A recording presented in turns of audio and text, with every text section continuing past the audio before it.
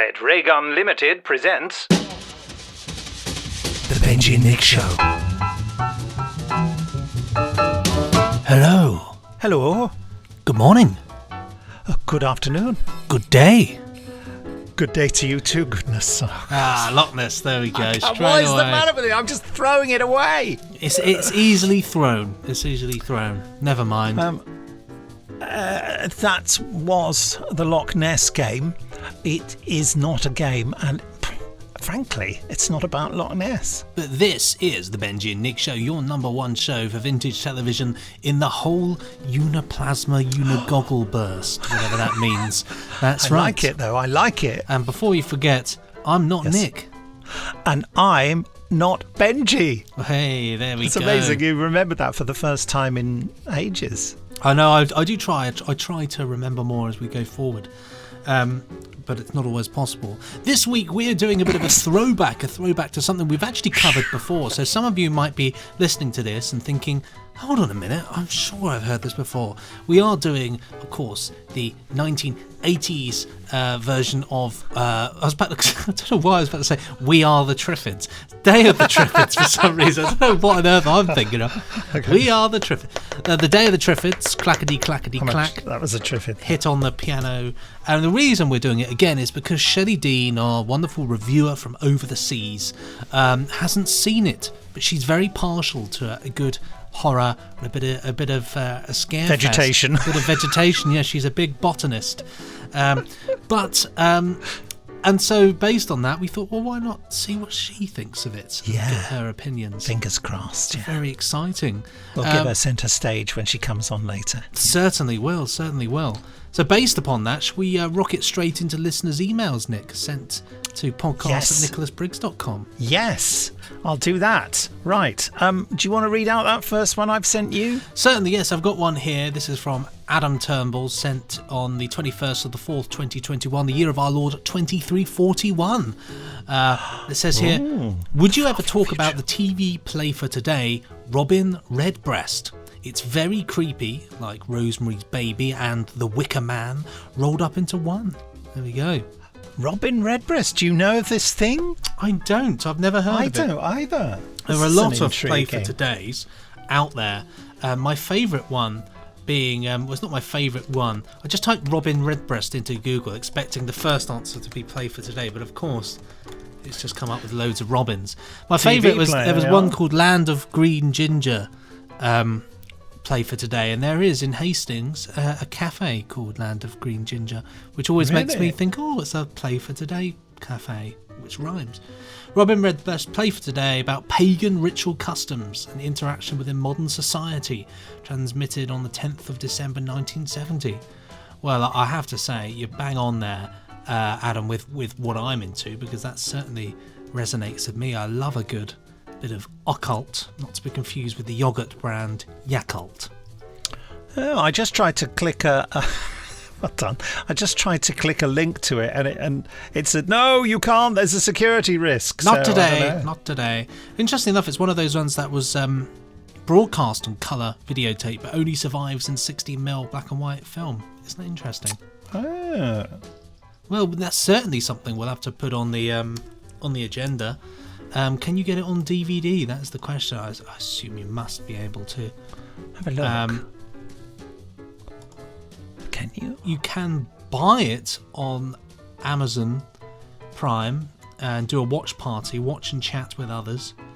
So that's something. Yeah. But it's not available as a DVD? How does this work? Right, you can Robin Redbreast. Buy episode 1 standard definition, £1.99. Or buy season 1 for 99p. Well, it's not. Also, there's no season, is there? There is no season, no. Oh, that's not been thought out properly. Interestingly enough, have they got play for today on BritBox? I expect they haven't. But no, they announced that it was coming, though. I think, or at least some of them, or at least some of them are on there. Well, that that's a famous one. Well, famous. I say famous. We didn't know about it until just now. Yeah, well, right, I'm going to read the next email, so I need to change my glasses. All of this is fascinating, obviously. Of course. Right. This is from David Steele, Sent from Hello, Liberal Party David. HQ, he says, continuing the joke that he's the former Liberal Party leader, David Steele. And this is called The Legacy of My Mother the Car. And it was sent on the 21st of April in the year 0029. Cool, very early on. So, yeah. What was going on then? 39. 29. Oh, even earlier. 29 AD, I presume. Yeah. 29 Alpha Delta. If you carry on the email, I will do the Yes, investigating. dear Benji and Nick and Shelley, we have to tell her about this. Hello, hope you're all well. I do a DC Comics podcast with my friend Peter Watson called the Earth 2 podcast. Check it out. The very next episode that we are going to be recording is an issue of Green Lantern, published in February 1967. You're probably wondering why I'm telling you this. I am. Well, the story in this comic is called Our Mastermind, the Car, and concerns one of Green Lantern's greatest foes called Sinestro, whose mind escapes from prison and enters an old taxi belonging to one of Green Lantern's friends before embarking on a crime spree. It's interesting, I think, to note that it was published within a year of the cancellation of My Mother the Car, Funny that. which you covered recently, and that the sitcom had already made a bit of a cultural impact. I enclose a couple of relevant pages from the story. Very best regards, David Steele. Those pages didn't come across. This email was forwarded to me, so that's annoying. I'd like to look at those. That's an interesting one, that, isn't it? It is, definitely. I think a lot of these things, that sounds to me like a rip-off stroke, nod to stroke idea taken from, doesn't it, really, I think? Yeah, well, they thought, yeah. I'll have that. It's not on telly anymore. I'll have that.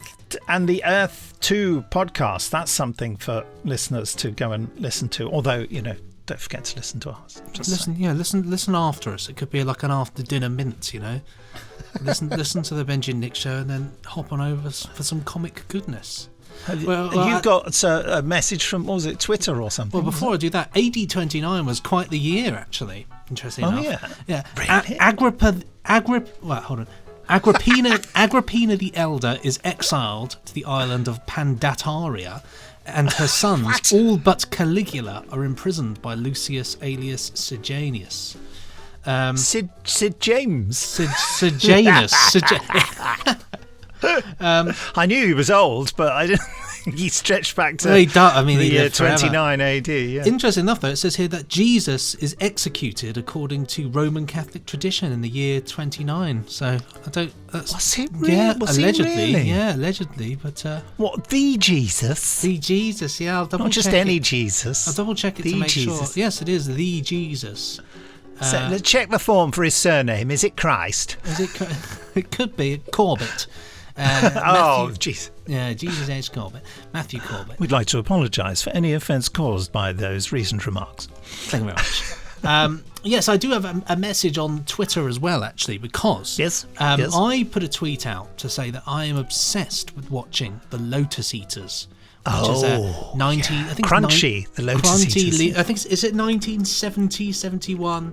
That television sort of, series. It's first 5 years of the 70s. 72. There we go. 72, 73. It's got that early 70s vibe. Certainly does that. As you say, Nick, it's the early 70s, which is definitely the 60s. Yes.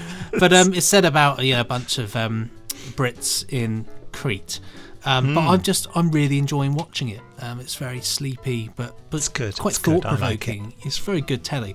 Good cast. Ian Hendry, Wanda Ventham. Yeah, who I didn't know was Benedict Cumberbatch's mother. I had no idea. Yeah, she appears in Sherlock. She has a little guest role. I never would have put two. I think she plays his mother. I think she plays Sherlock's mother. How funny! How very funny! I have to check that one out again now. Actually. But interesting enough, it says Winston Smith replied and said, "I've only seen season 1 of The Lotus Eaters because there were 3. Doesn't season 2 get a bit weird?" I don't know. I've not got that far yet. Any chance in covering the Michael J. Bird dramas on the Benji and Nick podcast? Dark Side of the Sun is good, but the DVD seems to be hard to find. Yes, the same with is it Don't Pay the Ferryman or Don't Forget to Pay the Ferryman or whatever it's called? That's another one. Who pays the ferryman? Who? Yeah. Don't forget to pay him. That's another one that's really hard to find, like 30, 40 quid for a second-hand copy. Oh, is that the DVD burnt warehouses that happened during the 2007 riots? I do wonder if that might be the case. Which has made Juliet Bravo massively expensive. So annoying. Someone's got to bundle it up and re-release it, haven't they? Come on, network. Get on it. The other one's, of course, the Aphrodite Inheritance, which is a good one. Brian Blessed, isn't he in that one, I think?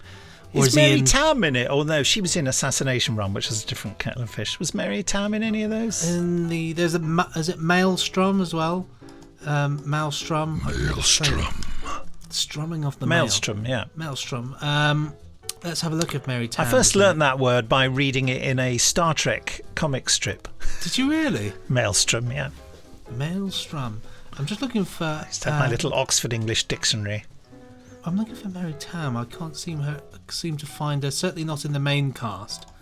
So maybe she was in a. Was she in? Well, I don't know. I'm just guessing. I'm probably wrong. No, but Nikos Valekis is in it though.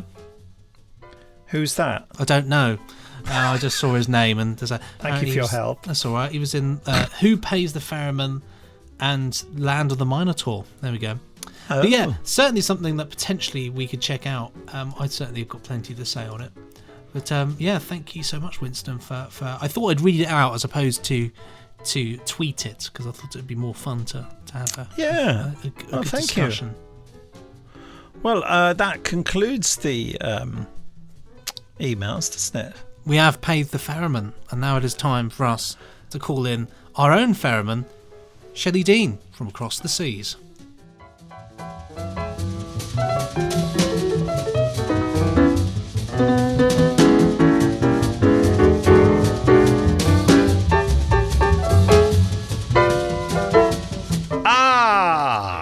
As if by magic. Hello. It's Shelley Dean. It's magic. It's magic hour. Transported through the magic of Zoom. Moom. Zumba.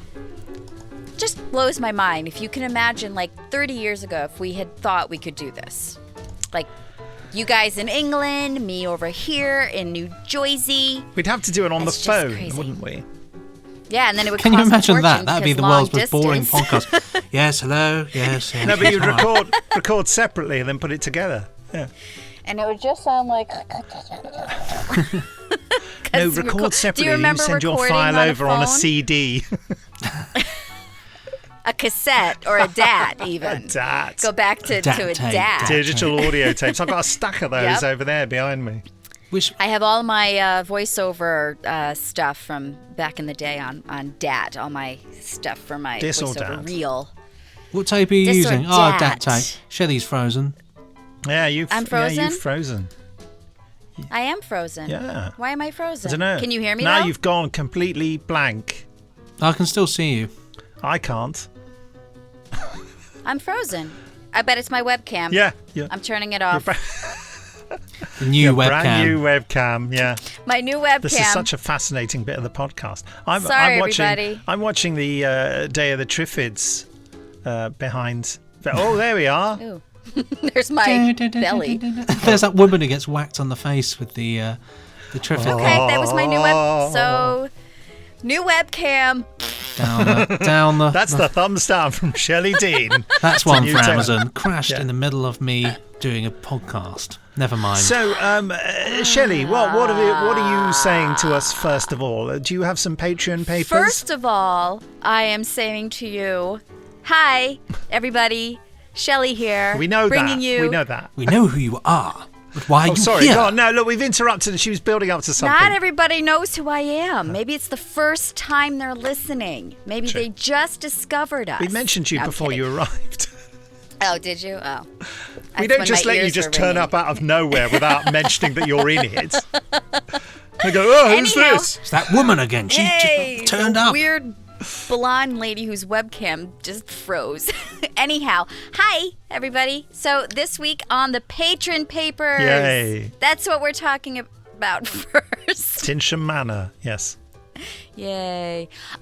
So the Patron Papers is where I I can gossip about the lives of all of our patrons. You know, the people that we adore who have subscribed to the Benji and Nick Show Patreon, which, if you don't know where to find the Patreon, it is located on the interwebs at patreon.com/the Benji and Nick Show. Write that down. And yes, and we'll put a link in that to that for when I post these. So we've got the subscriptions start at just £1 a month for the Good Morning tier, and then incrementally moves up to £50 per month for the Loch Ness tier. And at each tier, you get to have a bunch of different bonus content that we do for you every month, and even discounts for our merchandise. Not that count, discount. Merchandise, you say? Yes, we say. have merchandise. I don't know if people know this, that we actually offer, we have Benji and Nick Show merchandise. And you do not have to be a subscriber to Patreon to partake in the purchasing of said merchandise. And you can go and find that on Nick's website, which is where we have our shop, and that is nicholasbriggs.com/shop. So if you're interested in purchasing anything, we've got mugs, we've got t-shirts right now. That's what we've got going on. And Benji's got some video going on in the back that is distracting me immensely. Stay the Triffids, funnily enough. Oh, it is. I couldn't see what it was at first. The bit with the Christians, yes. Yes, on to the gossip of the Patron Papers. I have an update on David Tremont and his ongoing battle with the squirrel who attacked him in the park. So the squirrel has maintained his refusal to apologize. And now, to make matters worse, Mr. Squirrel has obtained a lawyer and is now suing David for pain and suffering. Wow. Is there no end to that squirrel's malice? That's where we've gotten to through this craziness of that. And then we've got Neil Allen, who his #1 best-selling self-help book, We Flew the Airplane into the Volcano and Other Motivational Stories. Beautiful. It has been optioned to become a star-studded Bollywood movie, complete with dance numbers and a love story. Wow. So, and rumor has it that Brad Pitt is in talks to star as Neil, and Lady Gaga is going to star as his love interest. Ooh la la. Lady Gaga, I'm a late convert because I saw her version of A Star Is Born, and she just blew me away. I've never really been aware of her. I mean, you know, I was reflecting on the matter that I could have been in a situation where Lady Gaga walked into a room and sat next to me and I would not know who she was. You know what I mean? She's like the most famous person on earth, isn't she? I was at Glastonbury Festival when she was relatively unknown, and I was with a bunch of people, and they said, "Oh, let's go and see Lady Gaga." I said, "Lady Gaga." Went there, blown away. It was the best performance of the festival, and ever since then, I just think she's incredible. Everything she does, performing, singing, superb. Love Gaga. Come on the show, Lady Gaga. Come talk to us about the Triffids. I think Lady Gaga needs to be my best friend. I would love to hang out with her. She's amazing. She's cool, isn't she? I mean, she's really brilliant. Is. And have you, Benji? I know Shelley and I have had a conversation about Star Is Born. Have you ever seen that version of it with Bradley Cooper that he wrote? I've and directed? not, but Bradley Cooper's great, so I should do. It's very good. I mean, it's a tough watch. I couldn't watch it all in one go because it's emotionally a real roller coaster, and is devastating in so many ways. It really took it out of me watching it, but it is a beautiful piece of work. It really is, and she is amazing in it. She's captivating, isn't she? She is. Well, it's so surprising because when you have somebody who's known for being a musician, and then you see they're starring in a movie, it's always like that. Oh, that's gonna be painful to watch. And I was blown away by her acting. Like, I really was. Like, and I'm so critical when it comes to that kind of thing, because it's like, yes, you're talented in one thing does not mean you're talented in another, everything. But as I said to Nick yesterday about this, I felt like Bradley Cooper because he directed this, he got such an amazing performance out of her. It was wonderful. And I never saw the original. There were two. There two. That's right. There's the there was the Barbra Streisand one, and then there was one before that. Yeah, with that Fanny Brice, right? Oh, I thought it was Liza Minnelli's mum. Oh, Judy Mrs. Garland? Minnelli. Yes. Mrs. Minnelli. I don't know. I for some reason I thought it was Fanny Brice. The idea of it being an unattractive woman. That's not very nice of you Could to say that. could someone Google? But that's the thing. I'm doing it right now because that was the thing, was that she didn't have the right look. That's right. For being a star. And Lady Gaga does the whole nose thing, doesn't she? Mm-hmm. And Barbra Streisand went to the set when they were filming it, and the two of them did a pose showing their noses, which I thought was lovely. It's Judy Garland. Yeah, I thought. And then there was one in 1937 starring Janet Gaynor. There was one in 54, Judy Garland. 76, Barbra Streisand. 2018, Lady Gaga. Cool. So, that's the... And all the men as well. Chris Christopherson and James Mason. And Bill Mason from Triffids. There he is. Well, so there's just one more patron shout out, and that is for Fatna, who we love and adore. She has been offered to have a gown designed for her to wear to the Benji Award ceremony, the yoga thing that I told you about last week. Time. It seems like that's last how year. Time works, right? Hey. So she had an offer to have a gown designed from an up-and-coming American wrestler turned designer to the stars, Hulk Hogan. Ah, Mr. Hogan. Up and coming. Up and coming. So during the pandemic, he has been taking an online fashion design course, and he has discovered his love for textiles. So the Hulkster loves a good textile session. And you guys want to know the name of the fashion line that he's designing? Yes, more than anything. It's called Hey Brother. Thank you. I'm here all week. Is that his catchphrase? That's my Hulk Hogan hey, impersonation. Hey brother. Well, you know something, Mean Gene. Love it. Love it. So that's this week's Patron Papers. Hey, there we go. Thanks to all of our subscribers. And hooray, my lady, it's Parker Greases. What is that? That's Parker from Thunderbirds, little wooden model of Parker. Parker. Yes, I've got a White Walker. Oh, well, we're all figured up here. Yeah, well. I don't know why he's here next to my desk. Benji's blowing his whistle. Walker. Oh, and I have a Dalek pen. Anyhow, so let's get on to what we're talking about this week before this podcast is 2 hours long. Okay. So this week, yes, I'm sorry, I'm just scrolling to my notes. Squirreling, do you say? Squirreling. I'm squirreling. How do you guys say that word? Squirreling. Just squirrel. Scrolling. I thought you said squirreling. Yeah, I was taking the Mickey. Not for the first time. So Shelley, Day of the Triffids, what did you think? Yes. She's got to tell us about what it is for those who don't know.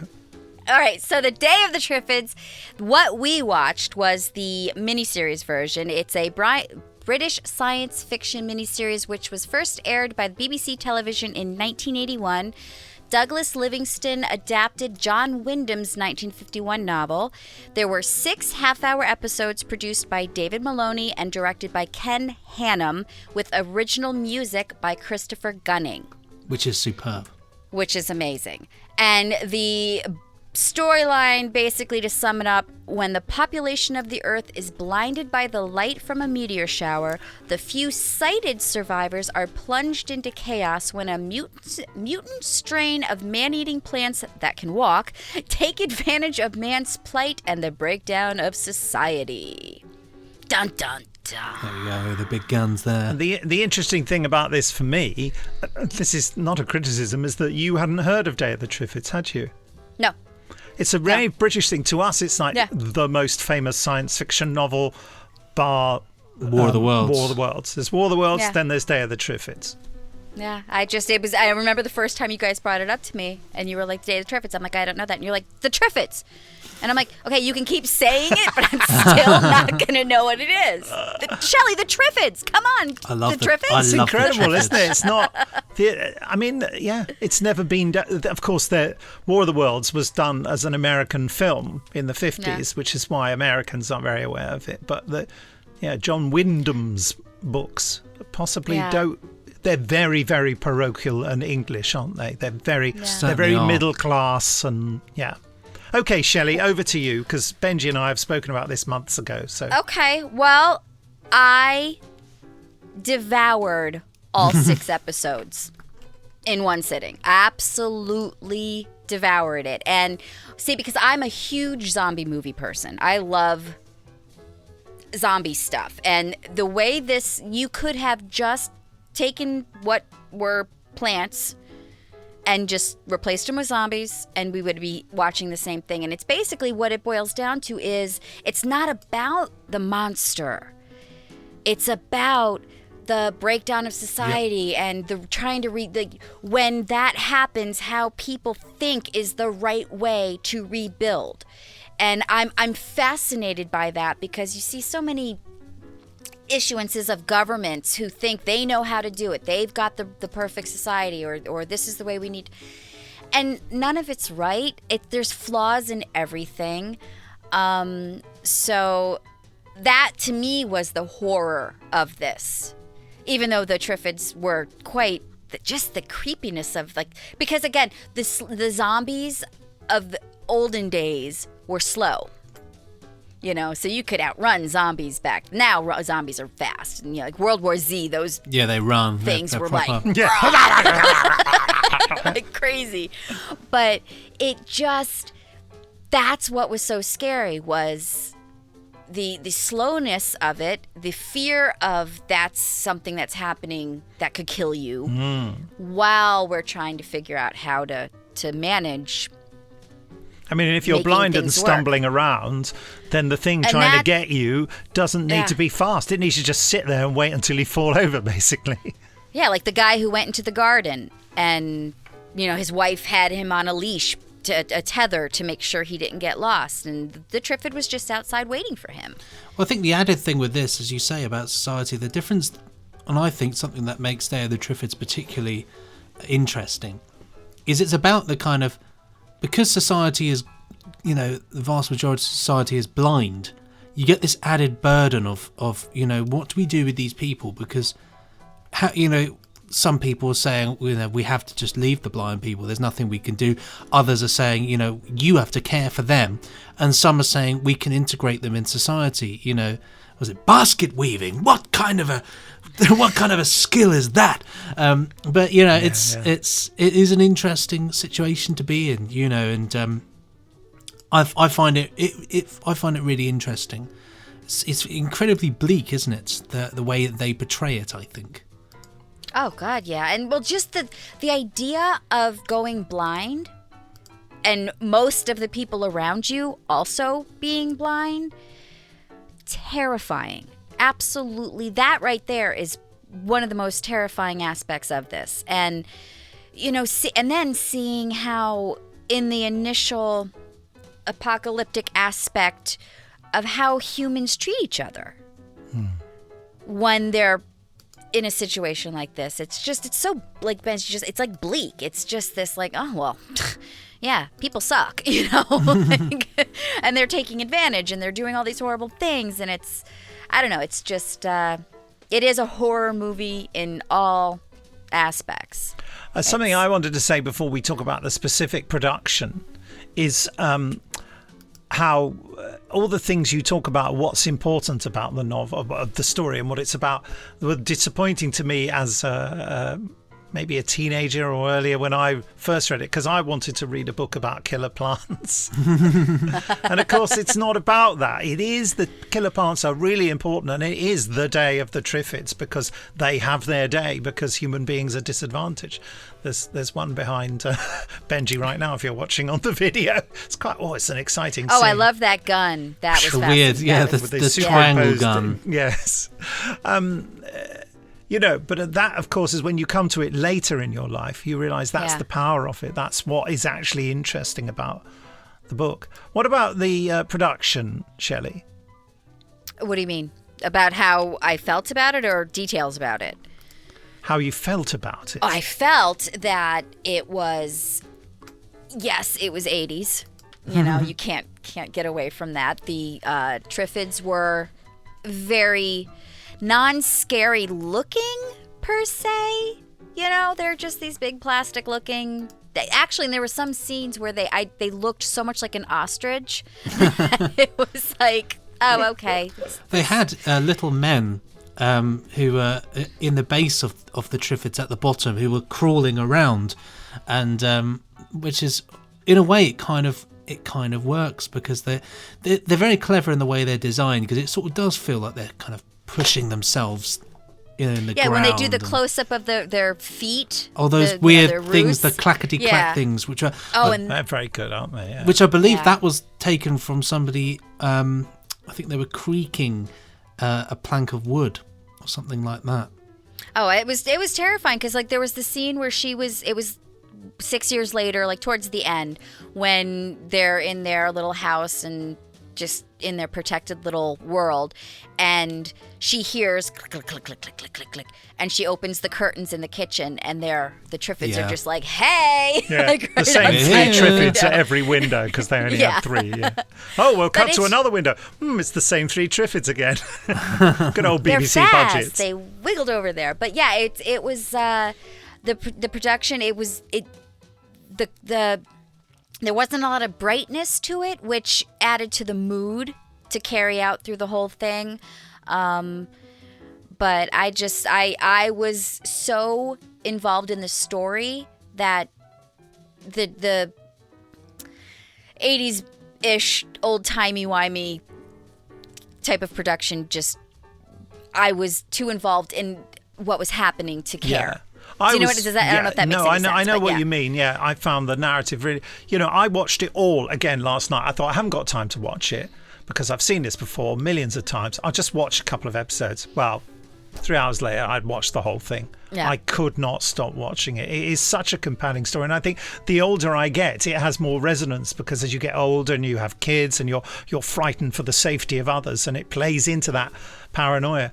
Production-wise, Benji and I were just chatting idly earlier, and I think that for me there's still problems with it in terms of the performances. I think the woman who plays Josella is... Emma Ralph. She has grown on me over the years. I remember when I first saw it, I thought she was terrible. Yeah. But I think it's a very honest performance. It's just not a very polished performance. She's not that accomplished a performer, is she? And her voice is a bit strangulated and a bit over posh.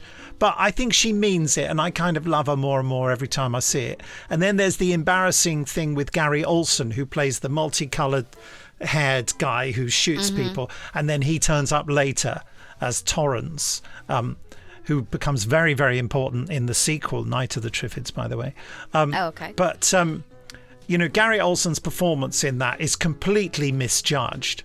I'm drunk. Yeah. I mean, it's so fake. It's so bad. And I'm fairly certain, I feel like I've made this up because I've never found any proof of it, but I'm fairly certain he prevented it from being released for many years because the initial contracts with the BBC for actors would allow them to veto releases, but then the BBC thought, this is ridiculous, we have to, but basically, because he died tragically young, Gary Olson, he was a massively successful line to entertainment actor. I think he created 2.4 Children as well, which was a big sitcom. He may not have done, but he was certainly the star. It was a big BBC sitcom.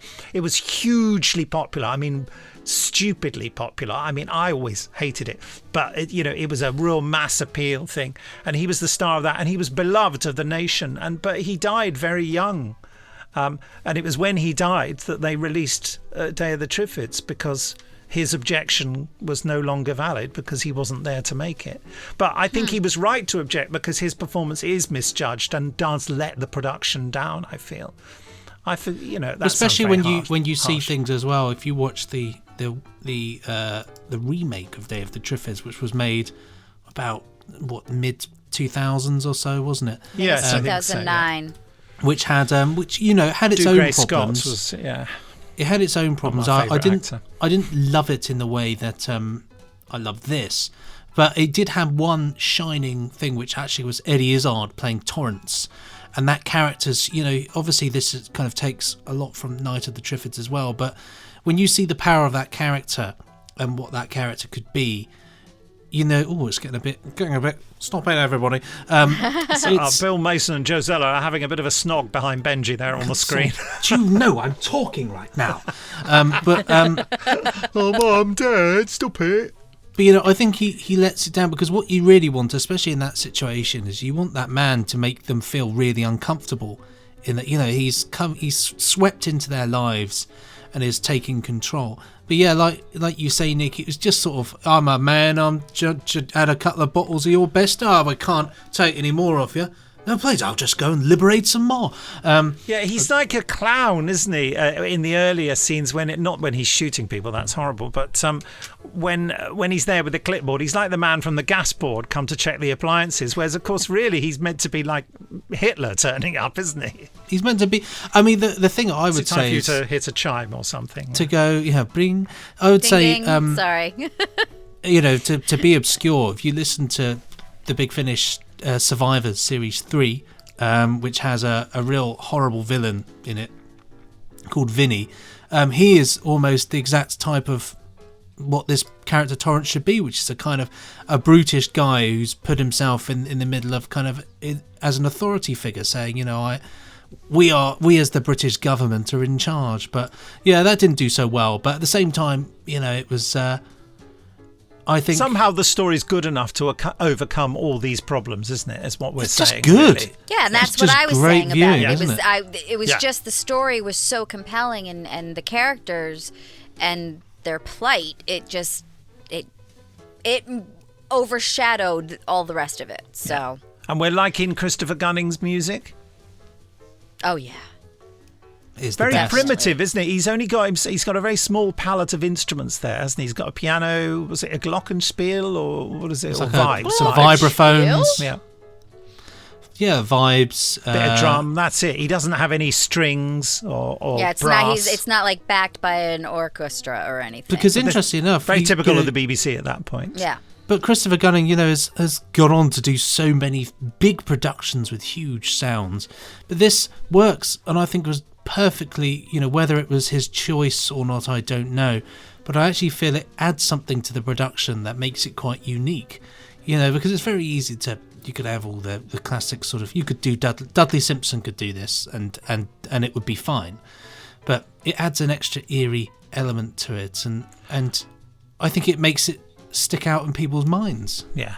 I think the last time we talked about Day of the Triffids, Benji, you'd done a version of a sort of homage to the Triffids style music, which we played in. But go back and have a listen to the old podcast. It was a beautiful bit of work by Benji. I think I'm certainly...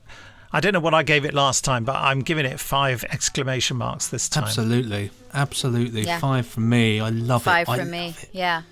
It's just... Well, and I just wanted to tell you, we were talking about Emma Ralph before, who plays Gisela, Joe, and I just wanted to say I found out the most interesting thing about her. She is no longer an actress. Oh, yeah. Benji I know you're going to say I've looked this one up myself, She has moved on to being a yoga teacher, an astrologer, and she's a leader of Dances of Universal Peace, which is this meditative... I was trying to do research on it, and it's just kind of hard to describe. It's just a bunch of people getting together and doing these dances and these meditations and these chanting, and it's like it brings in all these different religions, and it crosses all these these walls of different belief systems and stuff.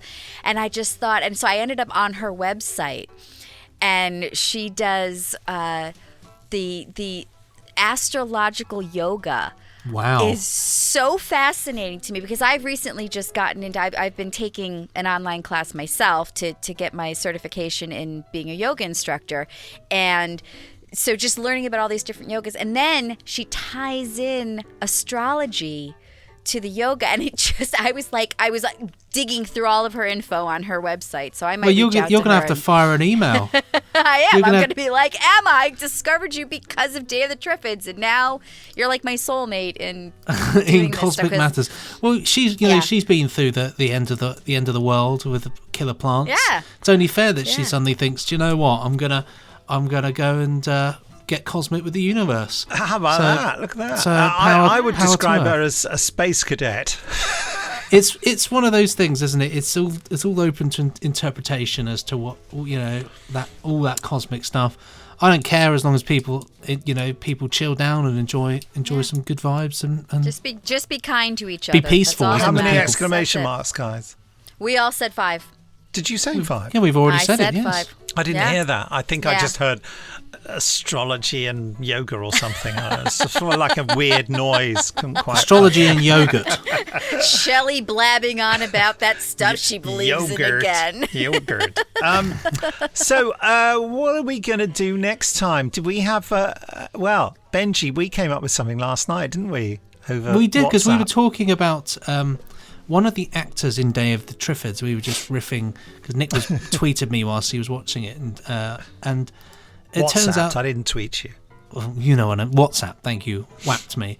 Can you remember what's the chap's name? Nick? Stephen Yardley, is it? Stephen Yardley, right? who was in episode 2 of Day of the Triffids, and he played the man who wore the vest with the chain around his neck, he was blind, but his daughter wasn't. Yeah. Yes. The one who said, "What was it? You will stay, will you? You will stay." Was it? Can I have another whiskey? And he knocks it back, and then, was it? Yeah, I have to know because I have to cope. I always remember that line for some reason. It stuck with me over the years. But we were talking about the fact that he was in something called the XYY Man, or as I like to call it, the Zyman, which is a 1970s sort of, was it 10-part drama series? Was it about 10 parts? I don't know. 1976 it was. It's got all those actors who were in Doctor Who round about that time, all in it. 13 episodes. There you go. 30, thank you. Shelley's so on we'll it. watch episode 1 of that next time.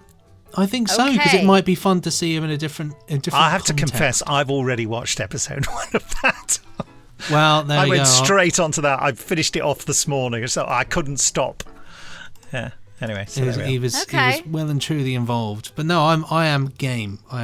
Let's do it. XYY Man. The Zyman. Great starting sequence of him just climbing around on stuff. We were joking and saying, you can imagine the Chris saying, right, listen, mate, we just need you to sneak around a bit. Can you do a bit of sneaking? Yeah, that'll be enough. Cheers, mate. He's just there doing all this. A silhouette of him sneaking around. Yeah, that'll do. Do you want some more? I can sneak more. No. So we've got enough. It's all right. I can sneak like this. No. Sneaking time is over. Can we move close to the microphone? Yes, stop snucking. Right, well, thank you so much. From me, Benji C, it's good B. And from me, Shelley D, it's bye. And from me, Nick B, it's good B. Pressing stop now. Ka-chung.